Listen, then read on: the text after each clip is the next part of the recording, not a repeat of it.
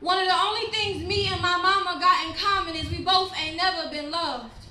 My mother, see, she gave all her women away to men who talked a good game but never walked one. My mother, she fell in love for fun. See, she loved on purpose but always ended up hurt by accident because she sang love to men who had deaf ears, painted love for men who were colorblind, wrote poetry for men who could never read between the lines. See, I watched my mother love men for a living just to never get paid. Made a home for a man, but only ended up getting laid because the only place men occupied was her bed. See, my own father soaked up my mother's high yellow skin like she was sunshine, told her sweet lies, but he was always her saddest goodbye. See, she hugged him in the day, and he let her go in the night when he went home to the one created by his wife. I'm saying, I watched my mother share my father with another woman. See, my mother, an only child, who ain't never have to share a bed, a toy, or a meal, but somehow she learned how to share a man. My mother ain't never been kept. And me, I ain't never found a man I wanted to keep. See, my first room was the womb inside of my mother's stomach, and maybe I came into this world with her hurt. That's why I see so much of myself in her, because much like her, I've held hands with men who didn't have loving arms.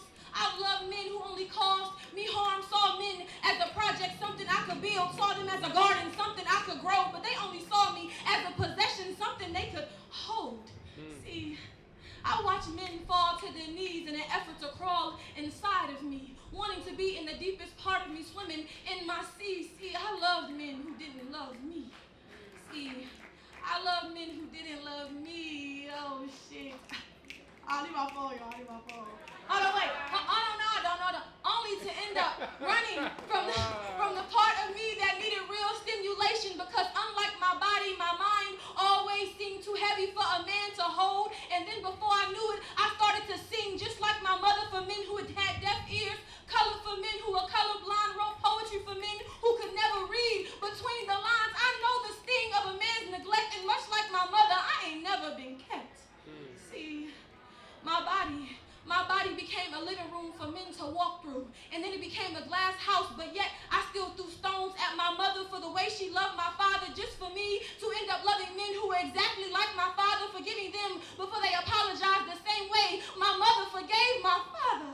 It seems funny that I judged my mother for the love she settled for, but never judged my father for the love he gave. My love life is a reflection of the bed my parents made, because just like my father, I love men senselessly. And because of my mother, I gave them the best parts of me, all of me, only to end up empty, nothing left to feed the woman inside of me.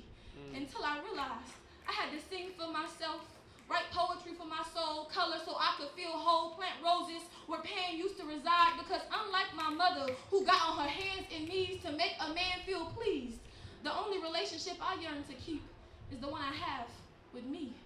Home.